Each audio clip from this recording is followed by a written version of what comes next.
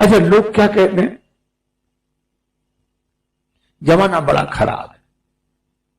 अक्सर हमें मिलते हैं लोग, इन महापुरुषों से पूछे जो मिलता, जमाना बहुत खराब है, जमाना बहुत खराब है। हम कहते भैया हो गया, आप राम राम करो। नहीं नहीं, जमाना बहुत खराब है, जमाना बहुत। अरे तो राम राम तो करो, जमाना बहुत खराब है, बस एक ही बात। जब सुनते सुनते ऊब गए कि जमाना बहुत खराब है, तो हमने उनसे निवेदन किया कि आप हमें बता दो जमाना कब अच्छा था। हर बीता हुआ युग व्यक्ति को अच्छा लगने लगता है। जमाना क्यों खराब बोला? आज तो कलयुग है, कलयुग। कलयुग में गलत लोग होते हैं। हमने कहा आप हमें एक बात बताओ, ये हिरण्याक्ष हिरण्यकश्यप कलयुग में हुए थे, ये सतयुग में हुए, भगवान हरि के समय। रावण कुंभकर्ण मेघनाद ये कलयुग में नहीं हुए, त्रेता में हुए। कंस शिशुपाल दंतवक्र ये सब द्वापर में हुए। तो एक बात हमें समझ में नहीं आती, जब सतयुग में हिरण्याक्ष हिरण्यकश्यप हो सकते हैं, त्रेता में रावण कुंभकर्ण मेघनाद हो सकते हैं, द्वापर में कंस शिशुपाल दंतवक्र इत्यादि राक्षस हो सकते हैं, तो कलयुग में ध्रुव प्रहलाद विभीषण क्यों नहीं हो सकते?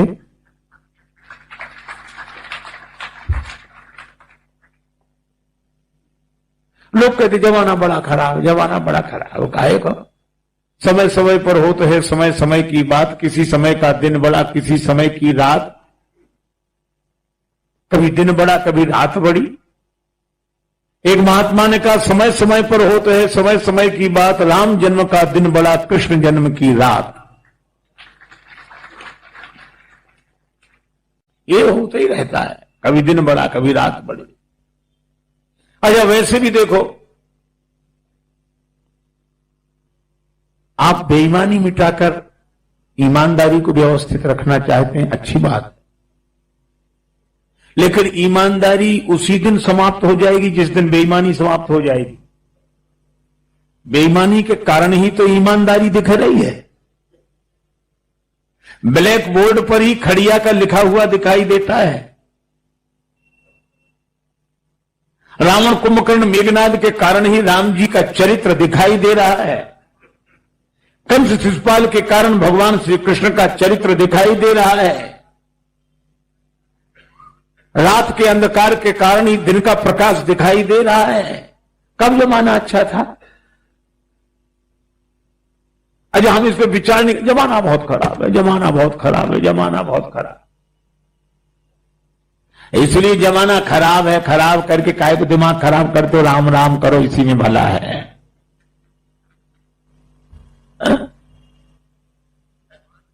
अच्छा देखो, एक बात बताओ, जैसे अयोध्यापुरी की इतनी महिमा हम लोगों ने सुनी, तो हम लोग रायपुर में हैं, रात है, तो अयोध्या में भी रात हुई होगी इस समय की नहीं हुई होगी?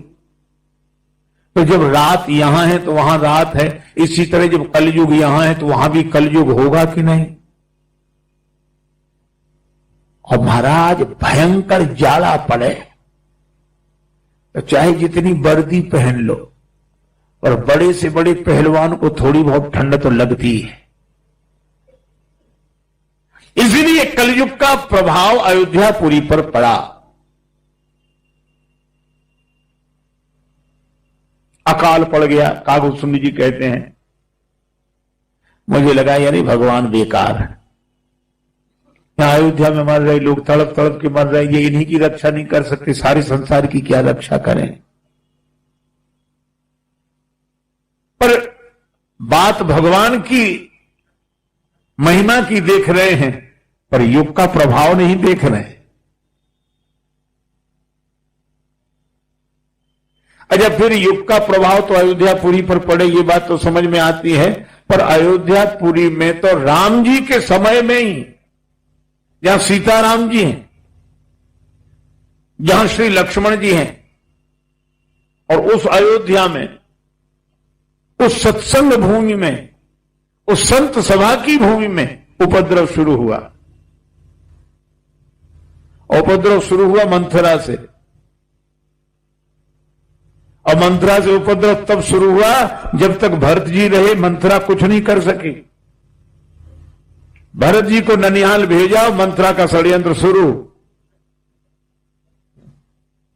सावधानी हटी, दुर्घटना घटी। जब तक हम सत्संग से जुड़े रहेंगे, कुसंग हमारा कुछ नहीं कर सकेगा, पर जब हम सत्संग को जीवन से विदा कर देते हैं तो कुसंग सफल हो जाता है। माता कैकेयी के जिस भवन में भरत जी रहते हैं, उसी भवन में मंथरा रहती है, और उसी भवन में भगवान रहते हैं। जीवन की कितनी सुंदर व्याख्या है कि जिस जीवन के भवन में कुमति की मंथरा रहती है, सुमति के भरत रहते हैं, उन्हीं माता कैकेयी के भवन में भगवान रहते हैं, उसी हृदय में भगवान रहते हैं। ये जीवन का दर्शन है। कुमति भी, सुमति भी और भगवान भी। श्री तुलसीदास जी कहते सुमति कुमति सबके ओर रहाई, सबके भीतर रहती है। एक बार कुमति ने ब्रह्मा जी से कहा कि पिताजी, क्या हम आपके बनाए हुए नहीं हैं? पर सब लोग सुमति चाहते, हमारी तरफ तो कोई देखता ही नहीं है, क्या हम आपको अच्छे नहीं लगते? ब्रह्मा जी ने कहा अच्छे लगते, ऐसे नहीं, प्रमाण पूर्वक बताओ। ब्रह्मा जी बोले तुम चलकर बताओ। कुमति भी चली आई, सुमति भी गई और आई। ब्रह्मा जी बोले फैसला हो गया। क्या फैसला हुआ? कि कुमति तुम भी अच्छी लगती हो, सुमति तुम भी अच्छी लगती हो, लेकिन सुमति तुम आते हुए अच्छी लगती हो, और कुमति तुम जाते हुए अच्छी लगती हो। हमारा अच्छी।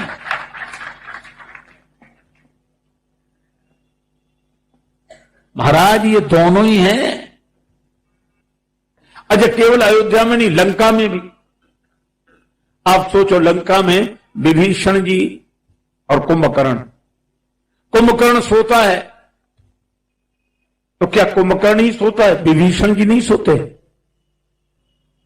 इसका अर्थ है कि संसार समुद्र में बसी हुई सुनहली कल्पनाओं की लंका में अगर कुमति का कुंभकर्ण सो रहा है तो सुमति के विभीषण जी भी सो रहे हैं। पर रावण ने जगाया कुंभकर्ण को।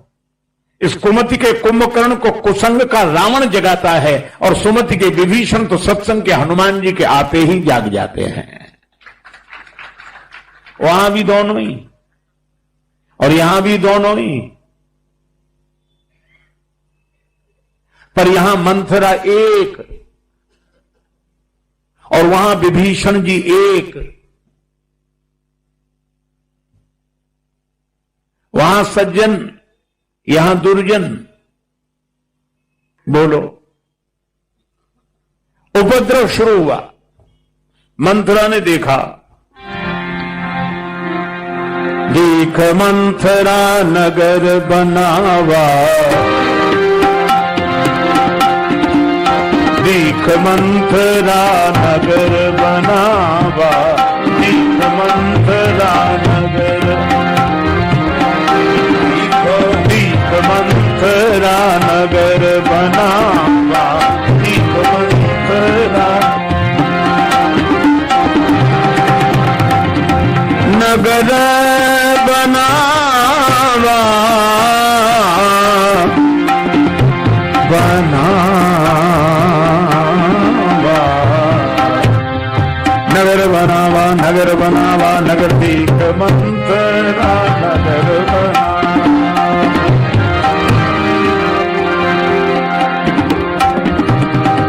अयोध्या बड़ी सजी धजी दिखाई दी। अब वो पूछती, भैया ये क्या तैयारियां? प्रकाश ही प्रकाश। मंथरा तुम्हें पता नहीं, महाराज दशरथ अपने ज्येष्ठ राजकुमार राम जी को युवराज पद पर बिठा रहे। देखो, पिता दे रहा है, अपने पुत्र को दे रहा है, और राज्य मर्यादा का पालन करते हुए दे रहे हैं महाराज दशरथ। पर मंथरा का सिर दर्द शुरू हुआ। कुछ लोग ऐसे ही होते हैं, वो बीच में बेकार का सिर दर्द लेते हैं। दशरथ जी राम जी को दे रहे हैं, अरे तो बाप बेटे का मामला, राम जी को न दे तुम्हें दे दें, नहीं हमें न दे दें, हमें तो मिल ही नहीं सकता। तो तुम चाहती क्या हो? कि हमें न मिले लेकिन राम जी को भी न मिल पाए, ये गड़बड़ हो ही जाए। कुछ लोग ऐसे होते हैं, हमें न मिले पर उन्हें भी न मिले। सरस्वती माता ने बुद्धि विकृत कर दी, अब गई, आग लगी इसके हृदय में। राम तिलक सुनिभा उर दाहू दाह। कैकेयी माता ने पूछा क्या बात है, आज तो मुस्कुराते हुए नहीं दिख रही है, बोलना क्या बात। उतरुन दे ले उसासु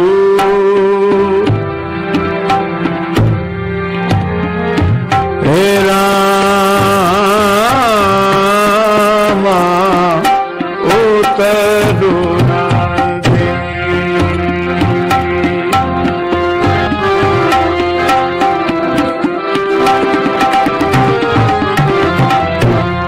न दे ले उसासा उतरुन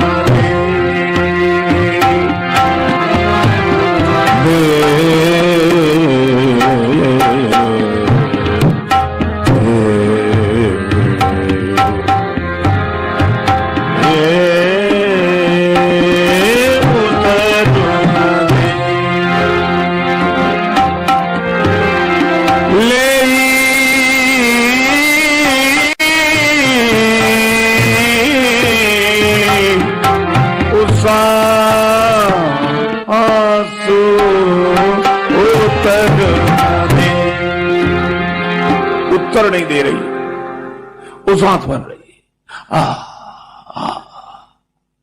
अब कैकेयी माता को चिंता है कि बोलती क्यों नहीं है। पर आप जानते हो मंथरा को टीवी हो गई है।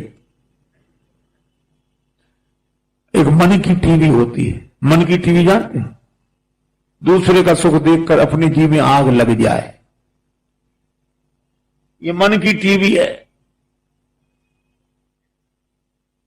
एक आदमी बड़ा उदास घर लौटा, पत्नी ने कहा क्या बात है, क्या तुमरो कुछ गिर गयो, के काहू कुछ दीन, कारण मोह बताओ तो कैसे मुखे मलीन। सो बोला ना हमरो कुछ गिर गयो, ना काहू कुछ दीन, फिर का देतन देखो और को आते मुखे मलीन। अब किसी ने दिया, किसी को दिया, ये बीच में ही मंथरा बोल रही, उस आंसू भर रही।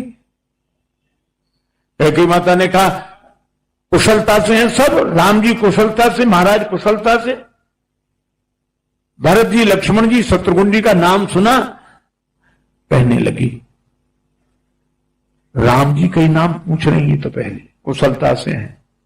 अब व्यंग देखना क्या बोली, जब कैकेयी जी ने कहा राम कुशलता से हैं, अब बोली राम को छोड़कर और किसकी कुशलता है। क्यों? उन्हीं को तो दे रहे राजा साहब, पद दे रहे उन्हीं को। ले कैकेयी माता बोली पद दे रहे, युवराज पद पर बिठा रहे, बड़ी खुशी की बात। मैं तुझे नैनो की पुतली बनाकर रखूंगी, माला पहनाऊं, प्रसन्न हूं। मैं कब से महाराज से कह रही थी बैठे राम हो चित चेता, राम जी सिंहासनासीन हो, बड़ा अच्छा रहेगा। आज वो घड़ी आ गई। और मंथरा न मुस्कुराई न बोली, वो सांस अरे तो कुछ। अच्छा ऐसे लोग बड़े विचित्र होते महाराज, बोलते नहीं है और बोलते हैं। कैकेयी माता पूछ रही जल्दी जल्दी बता क्या बात है। अब सांस, हाँ अरे बोल तो, अरे कुछ तो बोल। क्या बोली? महारानी जी आप बड़ी भोली हो। ये मंथरा जैसे लोग महाराज बड़े कुटिल होते, ये मंत्रा करी आप बड़ी भोली हो। कई लोग हमें मिलते हैं, महाराज आप बहुत सरल हो। और ऐसी बातें सुनकर हम लोगों को प्रसन्न नहीं होना चाहिए। वो ये नहीं कह रहे कि आप बहुत सरल हो, वो सीधे सीधे कह रहे कि आप बहुत मूर्ख हो।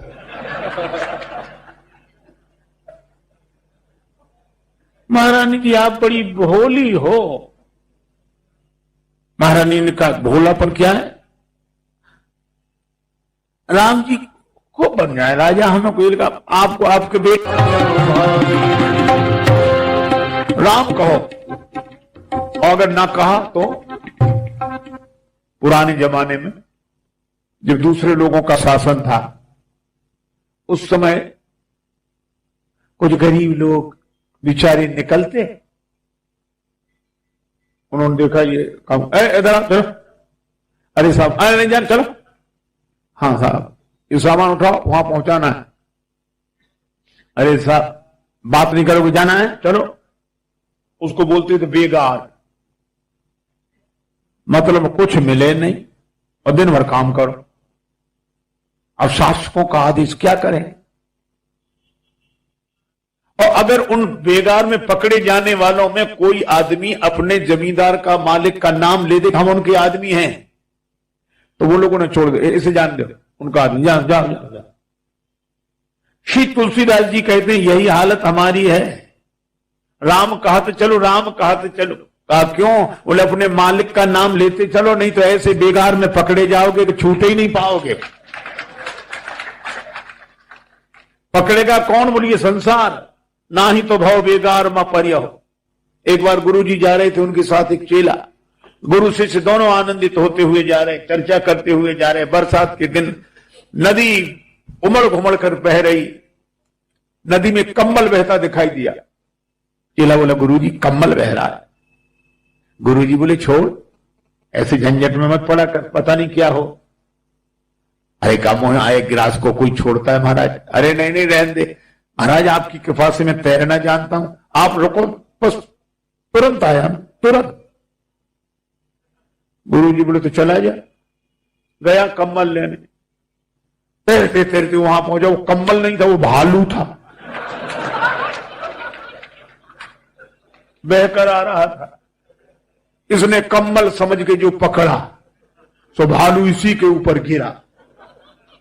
अब ये भालू को उधर फेंके, भालू इसके ऊपर गिरा। ये गुरुजी ने देखा ये तो हमारे चेले की कम्बल की कुश्ती होने लगी।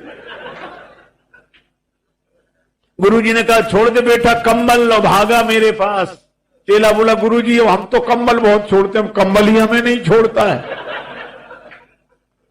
ये संसार ऐसे ही बेगार में पकड़ेगा फिर नहीं छूट पाए।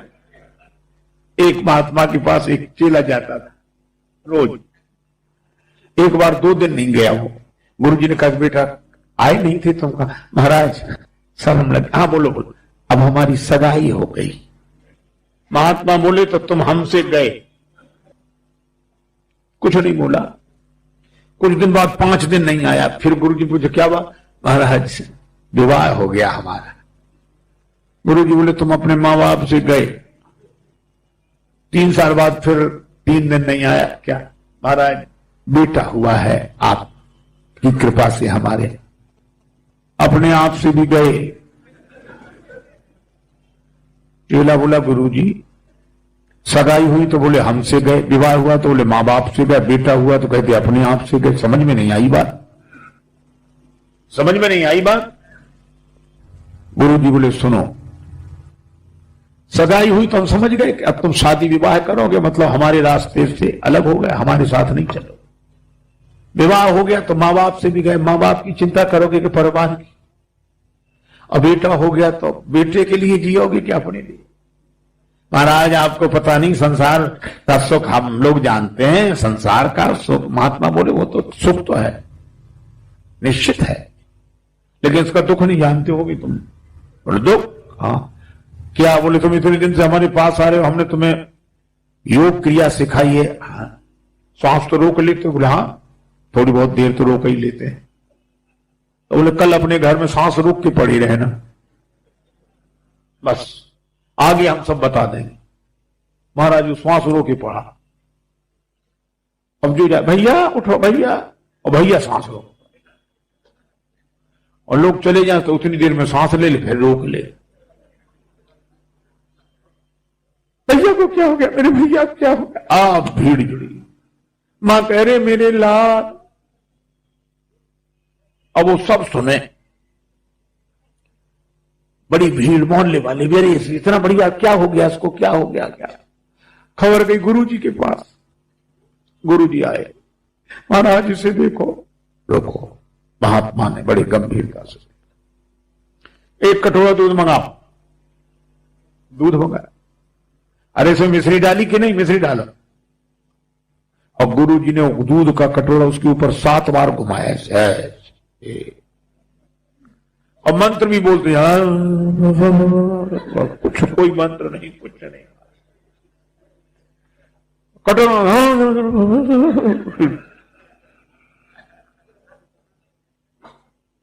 बोले बच जाएगा ये। काल तो प्रबल है, लेकिन बच सकता है, शर्त एक, ये दूध का कटोरा जो पी ले वो मर जाएगा, ये बच जाएगा। और कौन पिए? पिता से कहा, पिताजी आप। पिता बोले अरे बेटा है, वो तो संसार है, आना जाना तो लगा ही है, अपनी जिंदगी कौन बर्बाद। माता जी, मां बोली मैं तो पी लेती, लेकिन मेरे बिना इनका क्या होगा, मेरा पति पर धर्म नष्ट हो जाएगा, इनकी सेवा करनी है मुझे, मैं तो इनके लिए जी रही। उसने भी मना कर दी। पत्नी से कहा कि बेटी तो बोली मेरे मायके में कोई कमी नहीं है, मैं वहीं जाके रहूं। अब मोहल्ले वाले खड़े थे, वो भागे चुपचाप। मोहल्ले वाले क्यों भागे? महात्मा कहते कोई कर तो ले पे पान, लाल बच जाएगा। और मोहल्ले वाले इसलिए भागे कि भागो, नहीं तो बाबा दूध दिखाएगा, बाबा कहेगा तुम पियो। किसी ने नहीं पिया। महात्मा बोले तो हम पी लें, हम पी लें। परिवार महाराज, संत तो परोपकार के लिए होते ही, परमार्थ के लिए होते हैं। आपकी पक्की समाधि बनवाएंगे, मेला लगेगा, आपकी मूर्ति रहेगी, चित्र रहेंगे, सरेज छपेंगे, और आपका नाम होगा महाराज, नाम होगा आपके। इसको हम भूल नहीं सकते कभी। महात्मा बोले तो हम ही पी लेते हैं।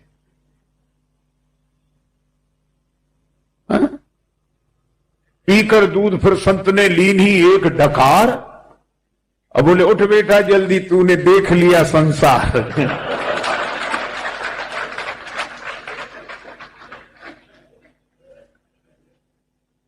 इसलिए श्री कबीरदास जी कहते हैं कि ऐसा नहीं कि संसार में सुख न हो,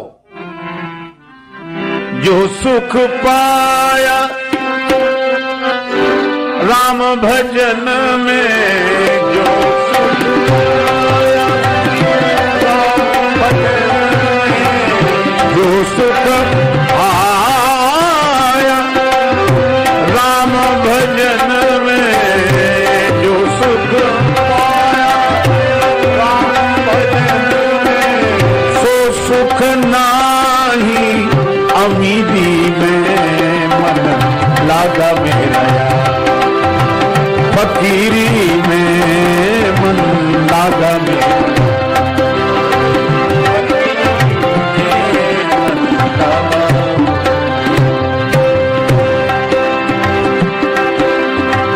भली बुरी सबकी सुन लीजे, कर गुजरान गरीबी में मन लागा मेरा, फकीरी में।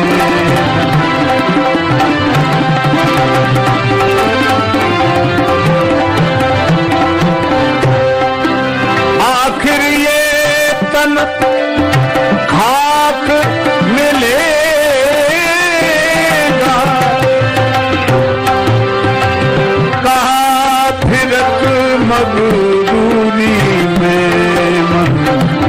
लागा मेरा यार, फकीरी में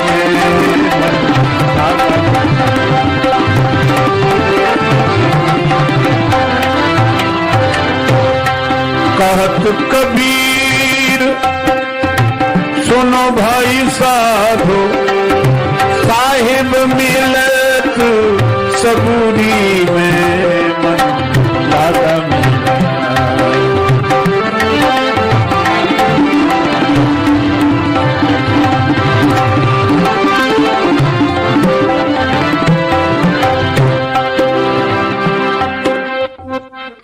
राम नाम का मणिदीप जलाकर कोई जिह्वा की डेवढ़ी पर रखेगा तो प्रकाश होगा। तुलसी भीतर बाहर जो चाह से उजियार। डेवढ़ी में दिया रख दो, भीतर के कमरे में भी उजाला, बाहर के कमरे में भी उजाला। भीतर कौन? ये निर्गुण। भीतर जाएंगे तो आनंद भाव में आत्मानंद का, आत्मराम का अनुभव करेंगे, और बाहर आएंगे तो सीय राममय सब जग जानी, प्रभु का दर्शन करेंगे। उजाला हो गया।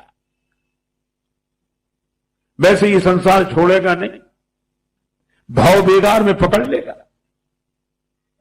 इसलिए अपने मालिक का नाम लेते चलो, राम राम राम राम करते चलो, संसार बेगार में नहीं पकड़ेगा। राम कहते चलो, राम कहते चलो, राम कहते चलो भाई रे, ना ही तो भाव बेगारी में परी हो, छूटत अति कठिनाई रे। अच्छा, हमारी समस्या क्या मानो? बांस पुराण, साज सब अटकट, सरल तिकोन खटोला रे। पुराना बांस लगा है, सड़ा हुआ तिकोना खटोला है। हमें दिहल करी कुटिल कर्मचंद, मंद बोल बिनु डोला रे। हमारे कुटिल भाग्य ने हमें दिया है। पुराना बांस, पुराना प्रारंभ है, कब टूट जाए कोई ठिकाना नहीं। सड़ा हुआ है, तिकोना खटोला, आराम से बैठ ही नहीं सकते। तो करें क्या? राम कहते चलो, राम कहा। राम जी का नाम लेने से प्रकाश होगा, और जब प्रकाश होगा, देखो प्रकाश बहुत जरूरी है। एक बार एक आदमी, एक महात्मा उधर से निकले, दो माताएं लड़ रही थी, सवेरे 5 बजे अंधेरे। लड़ाई काय पे थी? पानी पे। वो कह रही थी मेरी बाल्टी तो भर जाने दी, ये कह रही बाल्टी हटा ले, मुझे भरनी है। अब वो कह रही इसकी बाल्टी भरती नहीं, बाल्टी है कि टंकी। महात्मा बोले झगड़ो नहीं, झगड़ो, हम देखते हैं। देखे तो इसकी बाल्टी कितनी खाली रह गई, और महात्मा ने जो टॉर्च जलाई सो बाल्टी उल्टी रखी थी। हमें लगता है कि हम भी अंधेरे में ये उल्टी बाल्टियां रखे हैं, सोच रहे भर रही। उजाला करना पड़ेगा, प्रकाश करना पड़ेगा। प्रकाश में भगवान दिखाई देंगे। 2 ही बातें हैं, राम नाम का दिया जलाओ तो संसार का अंधेरा मिटेगा, भगवान उस प्रकाश में दिखाई देंगे, दर्शन होगा। और 2 ही बातें करनी है, राम नाम का दिया जलाकर भगवान को सब में देखें। काशी के एक ब्राह्मण ने बड़ी तपस्या की। तपस्या में ओम नमः शिवाय, नमः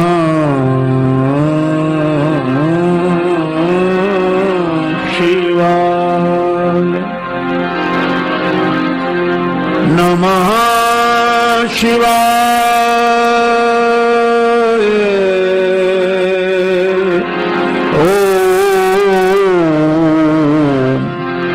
नमः शिवाय, शिवाय,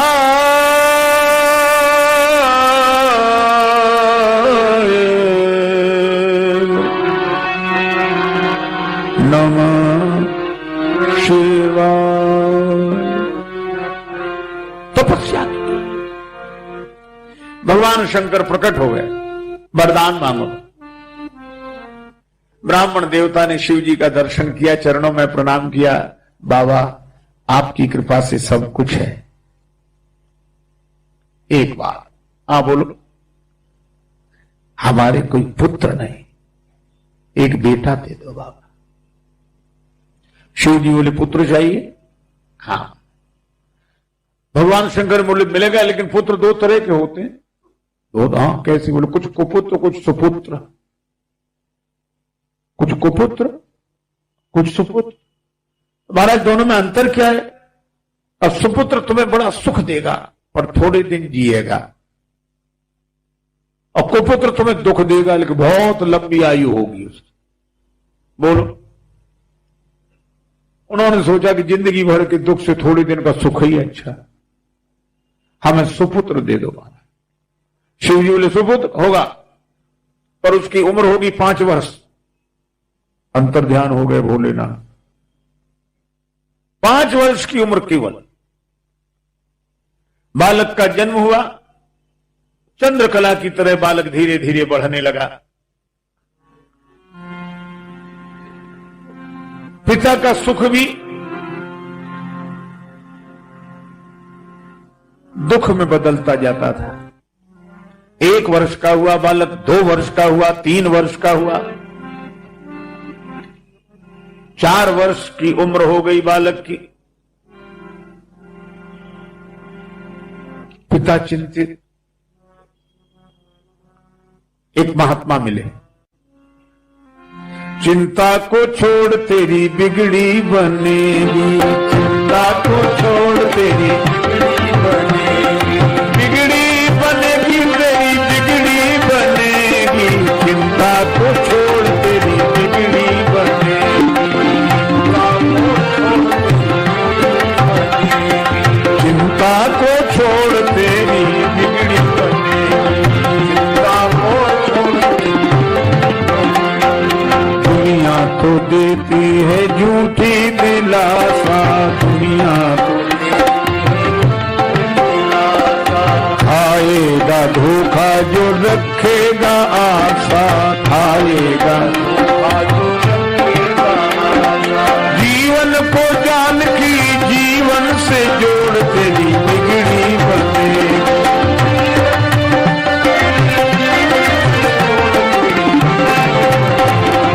चिंता को छोड़ तेरी बिगड़ी बनेगी, चिंता को छोड़ तेरी बिगड़ी बनेगी, चिंता को छोड़ तेरी बिगड़ी बनेगी, चिंता को छोड़ तेरी।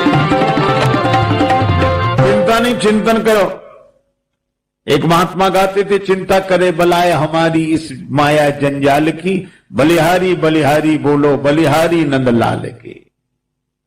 जिस मालिक ने जन्म दिया है अन्न वस्त्र भी देवेगा, सिर ढकने को छत देवेगा, खबर हमारी लेवेगा।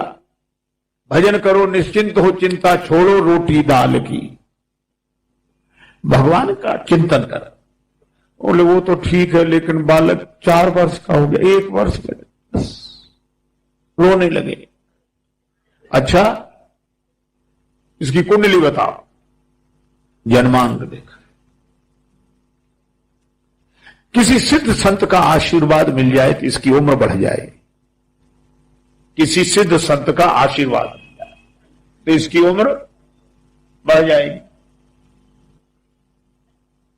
पंडित जी ने कहा तो ठीक, लेकिन अब पंडित जी से बोले सिद्ध संत मिले कहां, और मिल जाए तो हम पहचाने कैसे कि ये सिद्ध संत।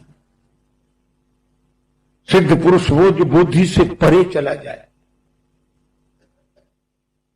और पागल वो जो बुद्धि से नीचे गिर जाए। एक जैसे दिखते, पहचानोगे कैसे? अच्छा एक काम करो, क्या तुम्हें जो भी संत मिले तो सबको सिद्ध समझो, कोई ना कोई मिल ही जाएगा। सबको सिद्ध समझो, सबको, हाँ सब में भगवान को देखो, प्रणाम करो, बस। उसको बात जच गई। बेटे को गंगा जी किनारे ले आता सवेरे सवेरे, वहीं कुटिया बना ली। उस रास्ते से जो भी निकलते, नर नारी निकले जिते, युवा वृद्ध यरु बाल, गो गजबाजी अनेक पशु, सूकर स्वान शृगाल। समझो, कोई ना कोई मिल ही जाएगा। सबको सिद्ध समझो, सबको, हाँ, सब में भगवान को देखो, प्रणाम करो, बस। उसको बात जच गई। बेटे को गंगा जी किनारे ले आता सवेरे सवेरे, वहीं कुटिया बना ली। उस रास्ते से जो भी निकलते, नर नारी निकले जिते, युवा वृद्ध यरुबाल, गो गजबाजी अनेक पशु, सूकर स्वान शृगाल। कोई निकले, कुत्ता, सूकर, सियार, स्त्री, पुरुष, वृद्ध, बालक, आवत देखे दूर पे, जोड़े दो हाथ, पुनि प्रणाम सबको करत, धरि धरि मही में मां। जो देखे तो हाथ जोड़े, पास आ जाए तो धरती पर सिर रख के प्रणाम करे, हर किसी को।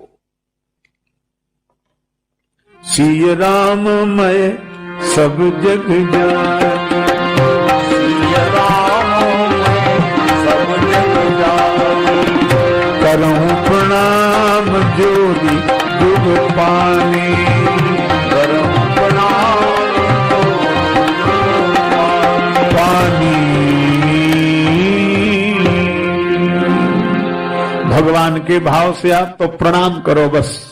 राम राम राम राम राम राम राम राम राम नाम के प्रकाश में सब में परमात्मा को देखते हुए प्रणाम करो बस। और ये परवाह न करो। एक महात्मा थे, उनके पास एक सज्जन आए, महाराज तपस्या से तेज बढ़ता। हाँ, बिनु तब तेज की कर विस्तार, तुम तपस्या करो। ठीक, आज महाराज भोजन कम करेंगे। हाँ ठीक है। फिर भजन में बैठेंगे। हाँ ठीक है। तो महाराज बैठे वो और बगल में शीशा रखे, एक माला कर लें, फिर शीशा उठावे, फिर देखें कि तेज बढ़ा कि नहीं।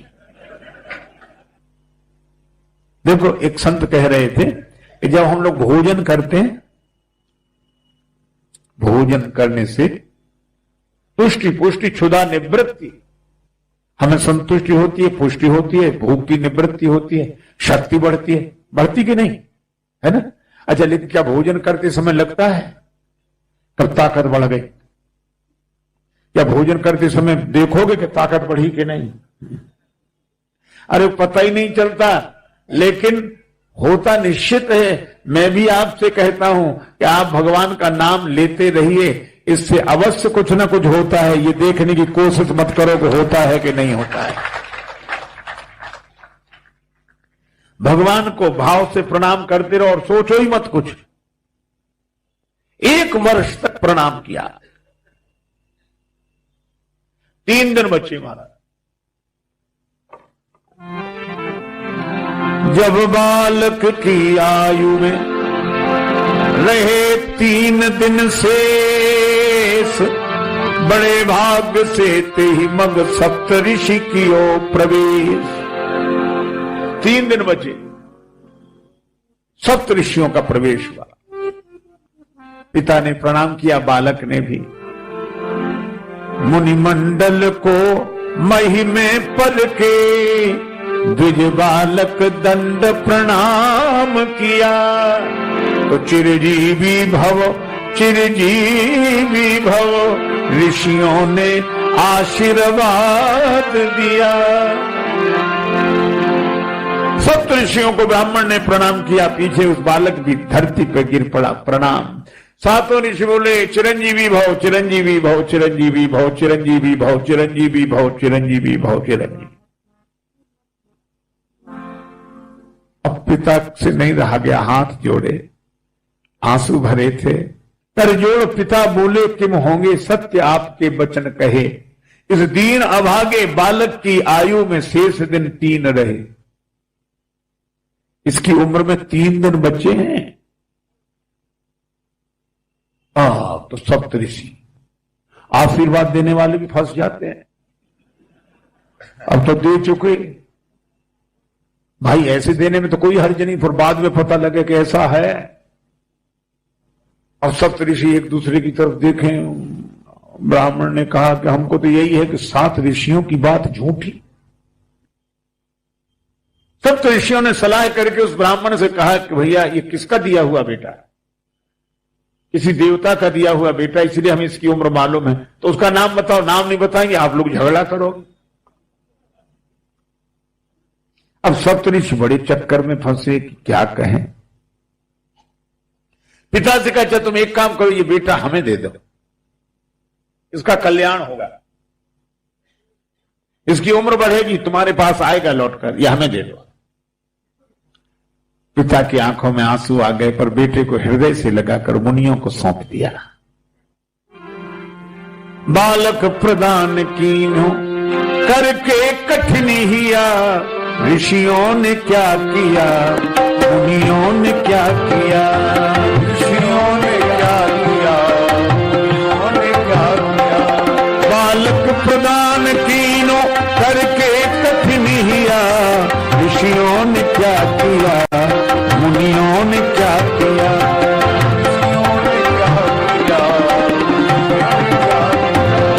ऋषियों ने क्या किया, मुनियों ने क्या किया।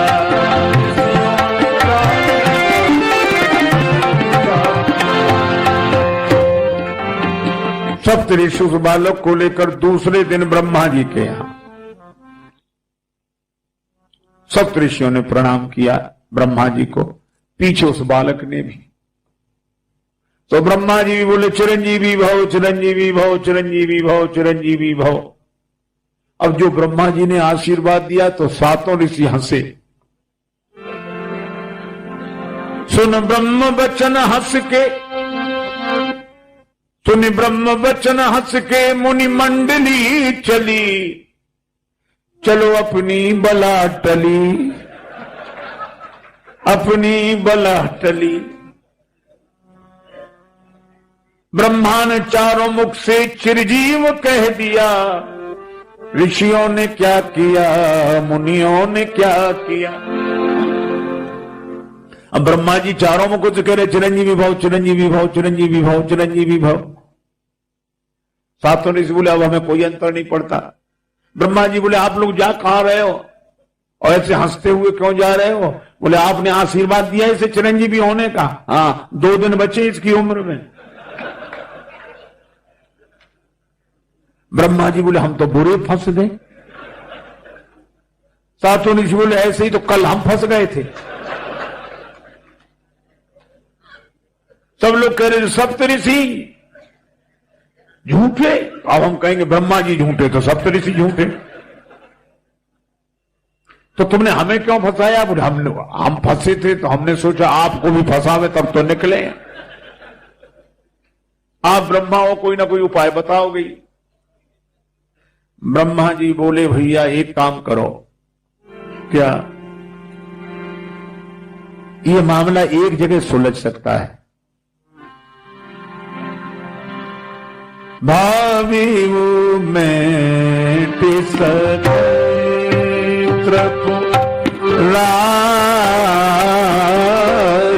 भावी में सके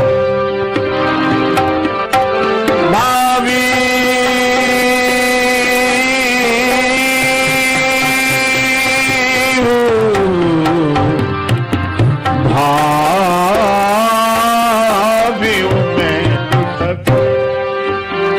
इस भावी को शंकर भगवान मिटा सकते हैं, उन्हीं के पास चलो।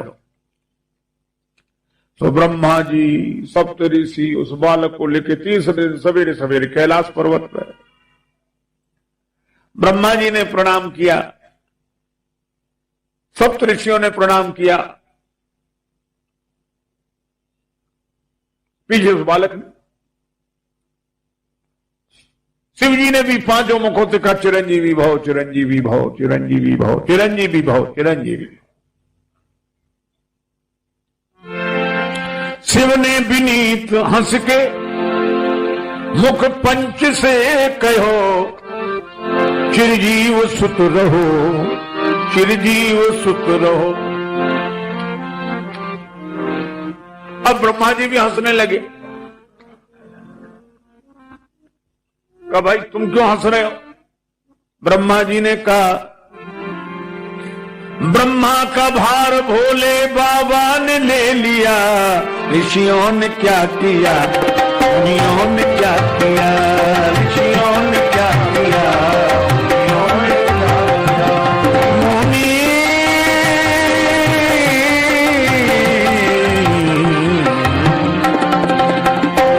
ऋषियों ने क्या किया, मुनियों ने क्या किया, ऋषियों ने क्या किया। ब्रह्मा जी बोले इसकी उम्र 1 दिन बची है, आशीर्वाद आपने दिया है। शंकर जी बोले ये कैसे चक्कर में फंसा दिया? ब्रह्मा जी बोले ऐसे ही तो कल हम फंस गए। सप्तऋषि जी बोले ऐसे ही परसों हम फंस गए, अब आप ही समाधान निकालो। शिव जी बोले ये किसका बालक है? काशी के उस ब्राह्मण। शिव जी अरे ये तो हमारे ही दिया हुआ बालक है महाराज, अब आपके पास आ गया। शिव जी बोले कोई बात नहीं,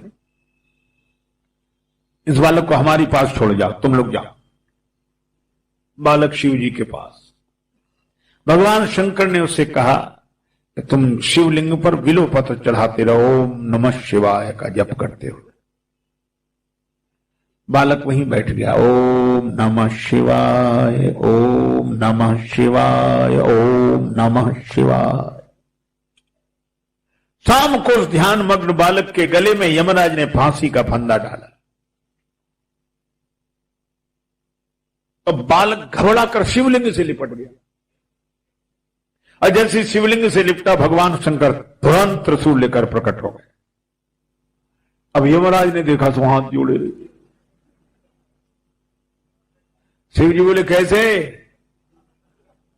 महाराज इसकी उम्र पूरी हो रही, आपने तो 5 साल दिए थे, 5 वर्ष हो गए पूरे, तुम प्राण लेने आए। शंकर जी ने कहा उम्र किसने, तुमने दी थी कि हमने? शंकर जी बोले तुमने दी कि हमने? दी तो आपने ही थी। अच्छा तो 5 साल तुम्हारे हिसाब से पूरे होंगे कि हमारे हिसाब से? महाराज सरकार का हिसाब सुनना चाहते हैं। हिसाब सुनो। 4 युग होते हैं, हर युग से दूसरा युग 4 गुना बड़ा है। कलयुग से द्वापर बड़ा, द्वापर से त्रेता बड़ा, त्रेता से सतयुग बड़ा, और चारों युग हो जाए तो कल्प। और ब्रह्मा जी की उम्र जानते हो कितनी है? कितनी? तो ब्रह्मा जी की आयु में बीतत कल्प अनेक, ब्रह्मा जी की आयु में बीतत कल्प अनेक, और 10 ब्रह्मा बीते बने शंकर का दिन एक।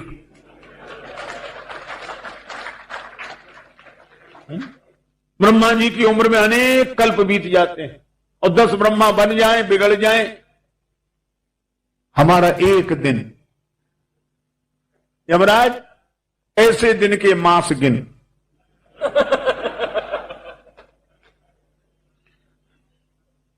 ऐसे दिन के महीने बनाओ, मासों के पुनि वर्ष, फिर वर्ष बनाओ, और ऐसे 5 वर्ष रहे बालक सुखी सहर्ष।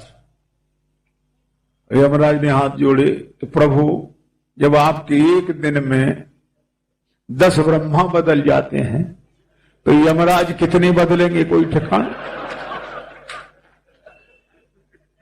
और शंकर जी की कृपा से वह बालक जिसका प्रलय में भी नाश नहीं होता। ये कथा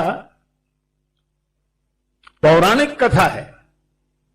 वह बालक ऋषि के नाम से प्रसिद्ध हुआ, जिसका नाम है श्री मार्कंडेय ऋषि। उनका महाप्रलय में भी नाश नहीं होता। शिव जी ने 5 ही वर्ष रखे, और ऐसे 5 वर्ष, ऐसे नहीं, ऐसे 5 वर्ष। आप बोलो। ये उपाय क्या था जिसके कारण ऐसा हुआ? वह तो राम राम करते हुए सबको प्रणाम करता था। मैं भी आपसे कहता हूं, आप भी भगवान का नाम लेते हुए सब में भगवान को देखते हुए प्रणाम करें तो आपके असंभव कार्य संभव हो जाएंगे, इसमें कोई संदेह नहीं। इसलिए राम नाम के बिना कामनाएं मिटती नहीं है। राम राम जरूर बोले, राम भजन बिन मिटई की कामा, थल बीन तरु कबहू के ज्ञान। श्री राम जय राम जय जय राम, श्री राम जय राम जय जय राम, श्री राम जय राम जय जय राम,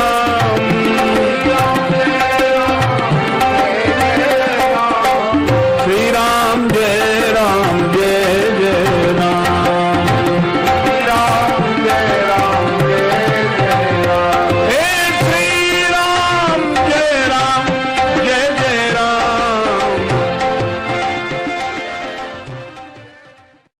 एक ओर धारे बाण, एक ओर परस सुधारे तेज तायो है, एक ओर शूल, एक ओर लौह बर्म झूल, एक ओर तोमर त्रिशूल लटकायो। बिंदु कवि धन्य भृगुवंशज मुनीस तुम्हें, संत वेश में विचित्र रूपक लखायो है। और मैंने जानो को कुशल कारीगर है, जनकपुरी में शस्त्र बेचवे को आयो है। श्री राम जी ने तो आगे कहा, भय लड़कई रिस वीर विचारी, जो तुम औते मुनि की नाई, पदरज सिर सिर धरत गुसाई। अब जो लक्ष्मण जी ने कहा कि मैंने आपको वीर नहीं समझा, मैंने समझा कोई हथियार बेचने वाला है, नमूने के लिए एक एक लेकर आया कि इतने राजा हैं, ऑर्डर्स बुक होंगे, बाद में माल सप्लाई करेंगे। अब तो परशुराम जी को इतना क्रोध आया, फरसा उठ गया, बस अब तो अब जनि देव दोष मोहि लोगो, कटुवादी बालक बध जोगु, सुन कटु वचन कुठार सुधारा, हाय हाय सब सभा पुकारा।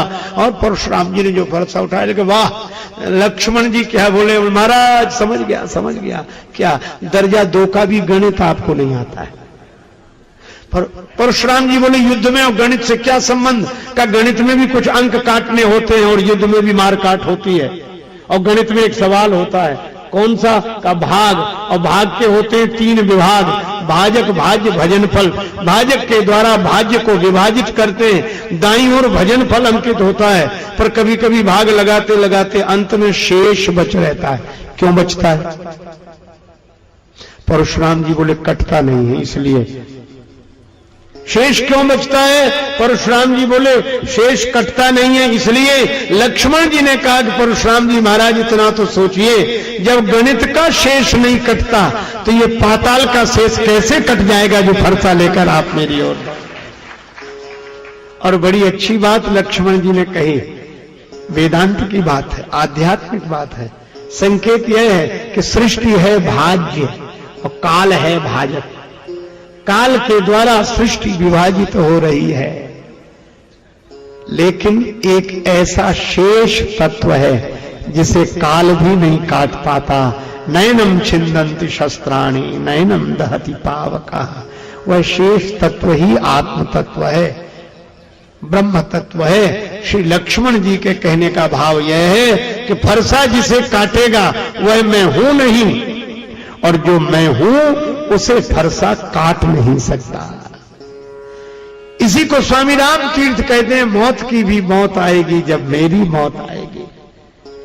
श्री स्वामी राम तीर्थ जी की ही वाणी है, खंजर की क्या मजाल कि एक जख्म कर सके, तेरा ही है ख्याल कि घायल हुआ है तू। ये फरसा काट नहीं सकता मुझे, और जिसे फरसा काट सकता है वह मैं हूं नहीं। मैं अखंड हूं, अनंत हूं, शेष तत्व हूं। हां, बाकी सबको काल छोड़ नहीं सकता।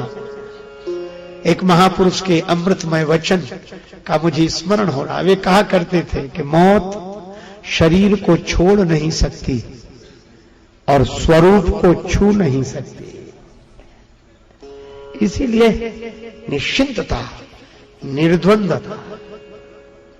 लक्ष्मण जी बोले मुझे फरसा नहीं काट सकता, अब हम अमर भय न मरेंगे। लक्ष्मण जी के इस वचन पर राम जी को हंसी आई। राम जी को मुस्कुराते देखा तो परशुराम जी राम जी को फरसा दिखाने लगे। फिर लक्ष्मण जी बोले हिंदी भी नहीं आती क्या? राम जी को फरसा दिखाने का अर्थ अखंड, अखंड का खंड करना चाहते हो। ज्ञान अखंड एक सीता और मैं शेष तत्व हूं। अच्छा देखो, बाकी सबको काल काटता है। एक महात्मा थे, मरघट में पड़े। गांव के एक सज्जन गए, बोले बाबा यहां क्यों पड़े हो? न बिछाने को न ओढ़ने को। महात्मा बोले हमारे पास सब कुछ है, तुम्हें दिखाई नहीं देता। क्या है? महात्मा बोले जमीन पर लेट जाते हैं, सिरहाने हाथ रखते हैं, और हम तो अपना बिस्तर तकिया हमेशा साथ रखते हैं। कहा यह तो आपकी महानता है, पर मरघट में क्यों पड़े हो? बस्ती में चलो, गांव वालों से मिलना हो जाएगा। महात्मा बोले सब नहीं मिलेंगे, कोई कहीं गया होगा, कोई कहीं। मिलने की सबसे बड़ी जगह तो बढ़िया जगह तो मरघट है। क्यों बस्ती में जाकर क्या करेंगे? एक दिन बस्ती वाले भी यहीं आएंगे, सबसे मिलते चलेंगे। ऐसे तो काल भले ही सबका कलेवा करे, पर शेष तत्व आत्म तत्व को छू नहीं सकता।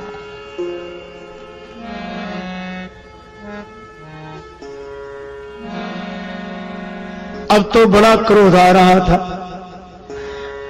परशुराम जी बोले इस बालक को हमारी आंखों से अलग करो। और श्री तुलसीदास जी महाराज देखो बड़ा सूक्ष्म अंतर बता दो। का लक्ष्मण जी बोल रहे हैं, किसी ने कहा परशुराम जी भी बोल रहे हैं। तुलसीदास जी बोले ना, परशुराम जी ज्यादा क्रोध में हैं, इसलिए बोल नहीं रहे। फिर का बोलत लखनऊ, लक्ष्मण जी बोल रहे हैं, और परशुराम जी भृगुपति बकही को फाड़ो उठाए, बड़े क्रोध में फरसा लेकर। और लक्ष्मण जी तब तक परशुराम जी बोले इसको हमारी आंखों से दूर करो। लक्ष्मण जी बोले काहे को आंख से दूर कराते हो? कोई करेगा कि नहीं करेगा? मूंदिए नयन कतों को नाई, आंख ही मूंद लो, कोई है ही नहीं। और कितनी बढ़िया बात कही, बहिर्मुखी वृत्ति से देखोगे तो दूसरा है, और आंख मूंद कर अंतर्मुखी वृत्ति से देखो तो कोई है ही नहीं, एक ही है, एक ही। बात ज्यादा बढ़ गई। राम जी ने नयन तरे रे राम सुनी, लक्ष्मण बिहसे बहुरी नयन तरे रे राम। राम जी ने केवल लक्ष्मण जी की ओर देखा। लक्ष्मण जी तुरंत गुरु समीप गवने सकुच परिहर बानी बाम। यही लक्ष्मण जी की विशेषता। इतने क्रोध में परशुराम जी का उत्तर दे रहे हैं, लेकिन अभिमान से नहीं जुड़े हैं लक्ष्मण जी, भगवान से जुड़े हैं। और अभिमान से जुड़े हुए क्रोधी की और भगवान से जुड़े हुए क्रोधी की स्थिति में अंतर है, बहुत अंतर है। जो अभिमान से जुड़ा होगा उसे रोको, क्रोध में रहने दो भैया, देखो अब हमें मत रोको, देखो हम कह रहे हैं हमें मत रोको।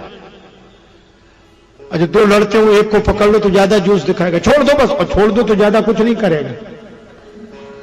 और नहीं छोड़ो तो कहते फिर हम तुम्हें नहीं छोड़ेंगे, बस छोड़ दो, आज इसको नहीं छोड़ेंगे।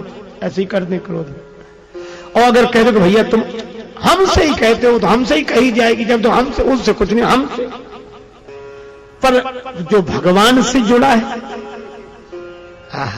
राम जी ने कहा भी नहीं, देखा लक्ष्मण जी बैठ गए। किसी ने लक्ष्मण जी से कहा तो तुम्हें बुरा नहीं लगा? तुम्हें रोक दिया, उनसे कुछ नहीं कह रहे हैं। लक्ष्मण जी बोले अपना भला बुरा क्या, हमसे तो राम जी ने कहा बोलो, बोलने लगे। उन्होंने कहा चुप, चुप हो गए। जैसी राम जी की इच्छा। यह है भक्त का लक्षण, गुरु समीप गवने सकुच।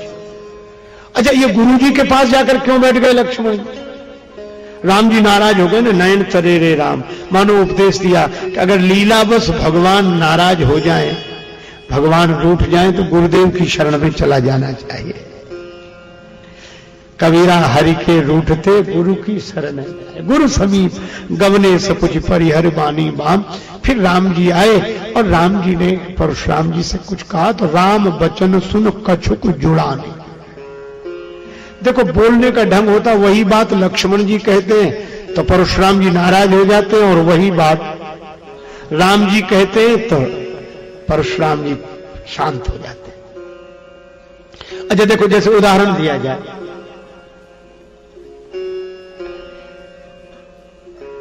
धनुष छूने से टूट गया, धनुष छूने से टूट गया। यही बात राम जी ने कही, यही लक्ष्मण जी ने कही, शैली अलग अलग है।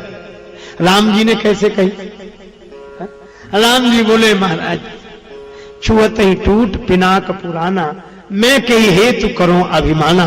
हे प्रभु धनुष को मैंने तो छुआ, मेरे छूते ही टूट गया, तो मैं क्यों अभिमान करूं कि मैंने धनुष तोड़ा। परशुराम जी को लगा कि विनम्रता है, ठीक कह रहे हैं। और यही बात लक्ष्मण जी बोले तो जरा बोलने का ढंग दे दो। देखो लक्ष्मण जी क्या बोले, छुअत टूट रघुपति न दोषु, मुनि बिनु काज करिए कत रोषु। अब धनुष था, छूने से टूट गया, राम जी की क्या गलती है? बेकार इतनी देर से आंखें दिखा रहे हैं। बात वही लक्ष्मण जी ने वही कहा जो राम जी कह रहे हैं, पर ढंग अलग है। इसे एक उदाहरण से समझा जा सकता है। एक व्यक्ति के घर मेहमान आया, जल्दी जा रहा था। गृह स्वामी ने कहा कि कुछ जलपान भोजन लेकर, अरे बहुत जल्दी में, तो बाजार से मंगवा देते हैं। 10 रुपए का नोट दिया बेटे को, गरम गरम जलेबी ले आ। बेटा जाने लगा, बोले गरम का अर्थ समझते हो? कढ़ाई से जैसे ही निकले वैसे ही। बेटा गया, जलेबी बनाने वाले ने जैसे ही जलेबियां निकाली और चाशनी वाली कढ़ाई में डालने लगा। बेटा बोला ये क्या करते हो? पिताजी ने कहा था जैसे ही कढ़ाई से निकले वैसे ही ले आना। अब आप विचार करो, वो एक कढ़ाई से निकली हुई जलेबी ले जाए तो है तो खरी सी की हुई, कच्चापन नहीं है। बात जलेबी बिल्कुल सच्ची है, कच्ची नहीं, लेकिन उसमें स्वाद होगा क्या? तो मानो श्री तुलसीदास जी इस कथा के माध्यम से यह संदेश देते हैं क्या, कि अपनी वाणी रूपी जलेबी को सत्य की कड़ाही में खरी सेक कर तो दो, लेकिन शील की चाशनी में डुबो कर देना चाहिए। सत्य तो बोले पर शील के साथ, सत्यशील दृढ़ ध्वजा पताका, कटुक वचन मत बोल रे। एक कवि ने कहा कि शरीर की संरचना में यह जिह्वा रचना ऐसी है कि इसके निर्माण में प्रकृति ने अस्थि का उपयोग नहीं किया, हड्डी नहीं लगी। तो उस कवि ने कहा कि कुदरत को ना पसंद है सख्ती बयान में, कुदरत को ना पसंद है सख्ती बयान में, और इसीलिए तो दी नहीं हड्डी जवान में। तो राम जी का पक्ष यह है कि सच्ची बात बोलो पर शील के साथ बोलो। पर लक्ष्मण जी का कहना यह है कि कुछ लोग होते ही ऐसे हैं कि उन्हें एक ही कड़ाही की निकली जलेबी चाहिए, वो वैसे समझते ही नहीं है। पर भगवान ने कहा कि चलो फिर भी कोई बात नहीं, तुम बैठो, मैं बात करता। राम जी आए और राम जी ने कहा परशुराम जी से, अच्छा भैया एक बात बताओ। राम जी गए और बोले क्या? महाराज क्रोध शांत करें, क्रोध। परशुराम जी बोले सुनो, तुम्हारा भाई तुम्हारी सलाह से मुझसे कड़वे वचन कहता है और तुम ये छल और विनय का नाटक करते हो। या तो मुझसे युद्ध करो, नहीं तो राम कहलाना छोड़ दो। अब यह अजीब बात है, सारा झगड़ा नाम का ही निकला, ना ही तो छाण कहाऊ और रामा। अच्छा एक बात पर विचार करें, राम जी का और रावण का झगड़ा बाद में हुआ, राम जी परशुराम जी का झगड़ा पहले हो गया। ये राम जी का राक्षस से झगड़ा हुआ तो समझ में आती, पर ये तो भगवान भगवान का झगड़ा, दोनों भगवान है। लक्ष्मण जी देख रहे हैं कि राम जी रघुवर बाल पतंग और परशुराम जी आयो भृगुकुल कमल पतंगा। लेकिन मैं आपसे निवेदन करूं, ये लीला बस सारी बातें कही जा रही हैं। श्री परशुराम जी भगवान हैं और इनके भी अवतार की उपस्थिति उस समय आवश्यक थी, क्योंकि परशुराम जी ने स्वयं स्वीकार किया कि मुझ में लोभ नहीं है, मुझ में काम नहीं है। विपुल बार महिदेवन दीनी, ब्राह्मणों को अनेक बार ये भूमि दान कर दी, लोभ नहीं है, काम नहीं है, बाल ब्रह्मचारी। लेकिन एक दोष है, अति को ही क्रोध मुझे बहुत है। पर आप विचार करो, राम जी थे तो ये राजा उपद्रव मचाते रहे कि नहीं? रघुवर बाल पतंग, और परशुराम जी आए तो सब शांत हो गए कि नहीं? आयो भ्रकुल कमल पतंगा। क्यों? राम जी से किसी ने कहा कि आप भी भगवान हैं, पर आपसे नहीं, परशुराम जी से ये राजा लोग माने। तुलसीदास जी बोले कि सूर्य तो दोनों हैं, लेकिन एक उदय होते हुए सूर्य है और एक दोपहरी के सूर्य हैं। ये उदय होते हुए सूर्य की में ज्यादा गर्मी न देखकर लोग उपद्रव करते ही रहते हैं, लेकिन जब सिर पर सूर्य तपने लगे तो अपने आप शांत हो जाते हैं। परशुराम जी का आना जरूरी था। लेकिन यहां इस लीला से एक बात और समझाई गई, परशुराम जी भी प्रकाश देने वाले हैं और राम जी भी प्रकाश देने वाले हैं। झगड़ा क्यों हुआ? कहा कि समाज में बुरे लोग ही समस्या नहीं है। आप ध्यान दें, समाज में बुरे लोग ही समस्या नहीं है, अच्छे लोग ज्यादा समस्या है। कब? जब एक अच्छा आदमी दूसरे अच्छे को सहन नहीं कर पाता, जब एक प्रकाश देने वाला दूसरे प्रकाश देने वाले को सहन नहीं कर पाता। अच्छे लोगों में सबसे बड़ी बुराई है कि वे इकट्ठे नहीं रहते, और बुरे लोगों में सबसे बड़ी अच्छाई है कि वे इकट्ठे रहते। 4 शराबी जुआरी बड़े प्रेम से इकट्ठे रहते, और 4 के वो 8-10 इकट्ठे रह जाएंगे, और 2 विद्वानों को इकट्ठे करके देखो तो पता लगे वे नहीं रह सकते। क्यों नहीं रह सकते? हम एक दिन सोच रहे थे कि आखिर ये अच्छे अच्छे लोग क्यों नहीं इकट्ठे रह सकते और बुरे लोग क्यों इकट्ठे रहते? कारण केवल एक है कि बुरे लोगों को गालियां मिलती, अपमान होता है, और विद्वानों का उनका सम्मान होता है। तो आदमी अपमान मिलकर भोगना चाहता है कि गालियां मिले तो तुम भी हमारे साथ रहो, तुम भी रहो, और सम्मान अकेले भोगना चाहता है। यही उसकी विडंबना है, अकेले। ये रहे तो फिर हम ही रहे। हम परशुराम जी भी कहते कि तुम कैसे आ गए?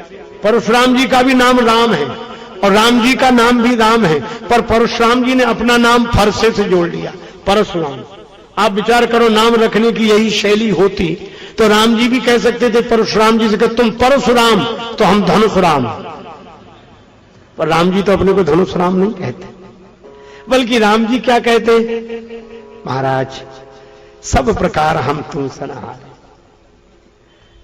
और यहां तक कहा, राम मात्र लघु नाम हमारा, परसु सहित बड़ नाम तुम्हारा। और महाराज नाथ करिए बालक पर छो, यह बालक है, इस पर कृपा करो। परशुराम जी बड़े क्रोध में बोले, ये बालक है? राम जी बोले, और कितना छोटा है यह भी सुन लो, सूद दूध मुख करिए न को हो, शुद्ध दुधुआ बालक है। परशुराम जी बोले, मैं ये कुछ नहीं जानता, मेरा फरसा जब तक नहीं चलेगा मेरा क्रोध शांत नहीं होगा। राम जी ने कहा, महाराज अगर इसी तरह क्रोध शांत होता है तो मेरा सिर झुका है, चलाइए फरसा। कर कुठार आगे यह शीशा, चला। और राम जी मन ही मन सोचने लगे। अच्छा एक बात है, लक्ष्मण जी हंस देते थे, और लक्ष्मण जी को हंसते हुए देखकर हंसत देख नक शिखर से व्याप, राम तोर भ्राता बड़ा पाप। और ऐसा नहीं कि राम जी को हंसी नहीं आ रही, पर राम जी क्या करते? भृगुपति बकई कुठार उठाए, राम जी को हंसी तो आई लेकिन मन मुस्काए मन में, लेकिन मन की बात कहीं मुख पर ना आ जाए, इसलिए राम जी इतने संकोची हैं कि मन मुस्काए राम सिर नाए। राम जी ने सिर और झुका लिया कि मुख पर वो भाव ना आ जाए मन का, और मुस्कुरा रहे। और राम जी को लगा कि देखो अगर थोड़ी बहुत गलती है भी तो नाराज तो इन्हें लक्ष्मण जी ने किया है, गुनाह लखन कर हम पर रोसु, कतऊ सिधायु ते बड़ दोषु। टेढ़ा होना तो दोष है, लेकिन सीधा होना और बड़ा दोष है। यह राम जी स्वीकार कर रहे हैं, लेकिन क्या राम जी बदल सकते हैं अपने को? नहीं बदल सकते। जानते हैं कि भाई है तो बड़ा दोष, लेकिन है अब क्या करें? राम जी ने कहा कि चलाओ फरसा, मेरा सिर झुका। हम तो विप्रवंश के असि प्रवताई, अभय हो सो तुम ही डिराई, लेकिन फिर भी तो चला फरसा। कालव डरे न रघुवंशी, पर सुर महिसुर हरिजन अरुगाई, हमरे कुल इन पर न सुराई। अब परशुराम जी फरसा चलाएं भी तो चले नहीं। बहई न हाथ दहई छाती बाई नाथ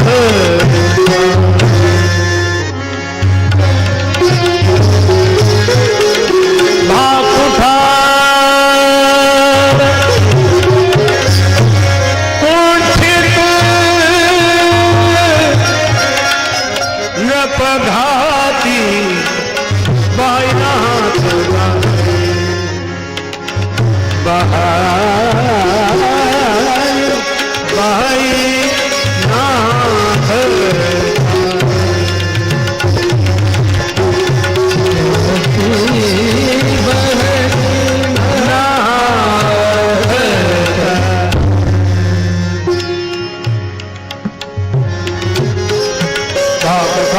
कुंठित निर्वगात बाईनाथ दाई बाईनाथ रिस छाती बाई नाथ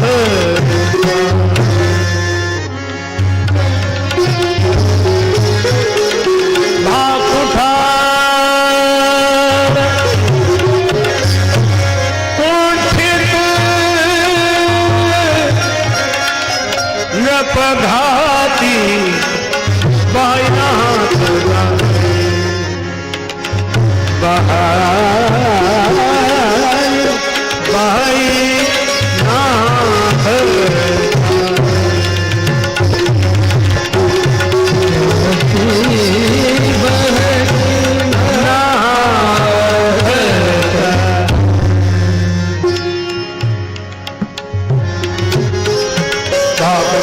कुंठित निर्वगात बाईनाथ दाई परशुराम जी फरसा चलाना चाहते, पर फरसा तो तब चले जब हाथ चले। हाथ नहीं चलना बंद कर दिया। देखो बहुत यह प्रसंग अनोखा संदेश देता।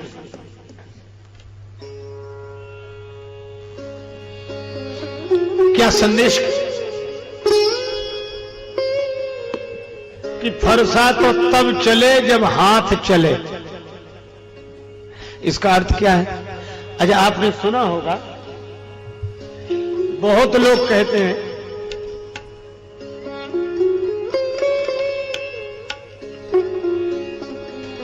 आपने ऐसे शब्द सुने होंगे जिसमें कहा जाता है उनकी चिंता मत करो, वो तो हमारे हाथ में, वो हमारे हाथ में। कई लोग कहते हैं कि इतना तो हमने अपने हाथ में कर रखा है, बुढ़ापे में कोई किसी का नहीं, इतना हमारे हाथ। वो हमारे हाथ है, वो हमारे हाथ है। अच्छा, एक बात विचार करें, यह सही बात है कि वो सब आपके हाथ में है या बहुत कुछ आपके हाथ में है, लेकिन इतना तो सोचें क्या आपका हाथ, और इसका यह अर्थ नहीं है कि अपने हाथ में कुछ न रहे, लेकिन याद उसकी भी रहे जिसके हाथ में अपना हाथ है। देखो, घड़ी सबके हाथ में, पर घड़ी किसी के हाथ में नहीं। किस घड़ी क्या हो जाए, हम समझते हैं कि हमने हाथ में घड़ी बांध रखी है। सही तो यह है कि घड़ी नहीं हाथ बांध रखा है। क्या बात है। परशुराम जी के हाथ में फरसा तो है, इसीलिए फरसे पर ही उनका ध्यान रहता है, पर उन पर ध्यान नहीं रहता जिन्होंने फरसा दिया है, हाथ में शक्ति दी है। अब यहां एक बार क्या हुआ कि कोई सत्संग सेवा की दृष्टि से आयोजित हुआ, सब लोग दान दे रहे थे, तो किसी ने कहा कि तुम भी दान दो। अपने मित्र से कहा कि तुम इतने धनी हो, दान दो, परोपकार का काम। अरे बोले, अभी कौन मर रहे हैं जो दान दे। कुछ लोगों का गणित बड़ा विचित्र होता, अभी कौन मर रहे हैं, जब मरने लगेंगे तब दान करेंगे। अरे तो कहा कि मरने लगोगे तब तो करोगे, अभी करने में क्या बुराई है। बोला अभी करना ठीक नहीं। कहा क्यों? मरने लगेंगे तब करेंगे। का उससे फायदा? बोले ताकि ताजा ताजा दान भगवान को भी याद रहेगा, इधर दिया उधर पहुंचे। अभी दान दे दो, हिसाब किताब इधर हो जाए, फाइल इधर की उधर, क्या लोग हंसते थे। लोगों ने कहा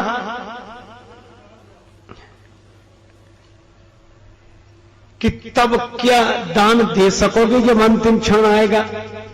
तो बोले हमने अपने हाथ में कर रखा, हमारे हाथ में है, अपने हाथ में रखा दान। और सचमुच उस व्यक्ति ने क्या किया, जहां वह सोता था सामने वाली दीवार को खोद कर उसमें वो धन रखा था, ऊपर से सीमेंटेड करा दिया उस दीवार को, और उसे याद था कि इसमें रखा है, जब देने का वक्त आएगा देंगे। बुढ़ापा आया, मरना से अब देंगे। लेकिन भगवान की लीला, मरने के 2 दिन पहले से ही उसका ऐसा हाल हुआ, न बोल पावे और हाथ पांव बेकार लिख भी न पावे। अब मित्र आए कि बड़ा दुख है, तुम भी छोड़ रहे हो, लेकिन वो दान तो कर दो जिसके लिए तुम्हारा संकल्प था। वो धन कहाँ है तो बोलकर बता ना पावे, हाथ से लिख ना पावे, रोकर हाथ उठाए दीवार की तरफ इशारा करे। उसका भाव था कि इसमें रखा है, खोद कर निकाल लो और मेरे हाथ से दान करा दो। अब लोग समझ ना पाए, पर उसके बेटे बड़े घाघ थे, वे जानते थे कि धन रखा है, पर उनको लगता था कि बाप तो जा ही रहा है, धन काहे पे जाए।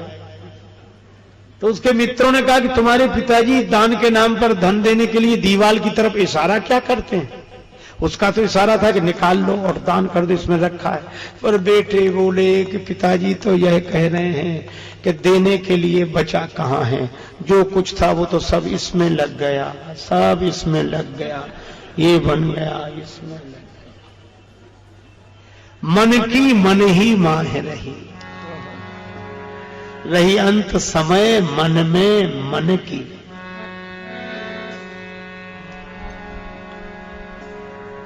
परशुराम जी ने चेष्टा की, लेकिन बहे नाथ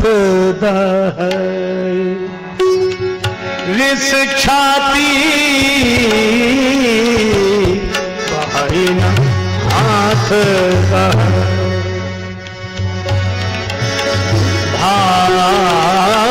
कुठार तुम फिर न पधा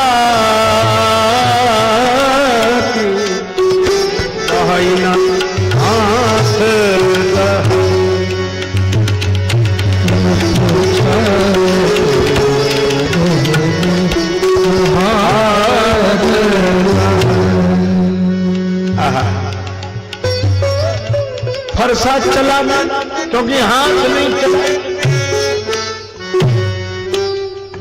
उनको लगा कि हाथ की शक्ति कहां चली गई, हाथ की ताकत कहां चली गई। तो याद आया कि हाथ में ताकत आई कहां से थी। तब याद आया, अरे भगवान है, शक्ति देने वाले तो भगवान है, तो कहीं भगवान ही तो नहीं खड़े। तब वे कहते राम रमापति कर धनु लेहु, खेचहु मिटे मोर संदेह।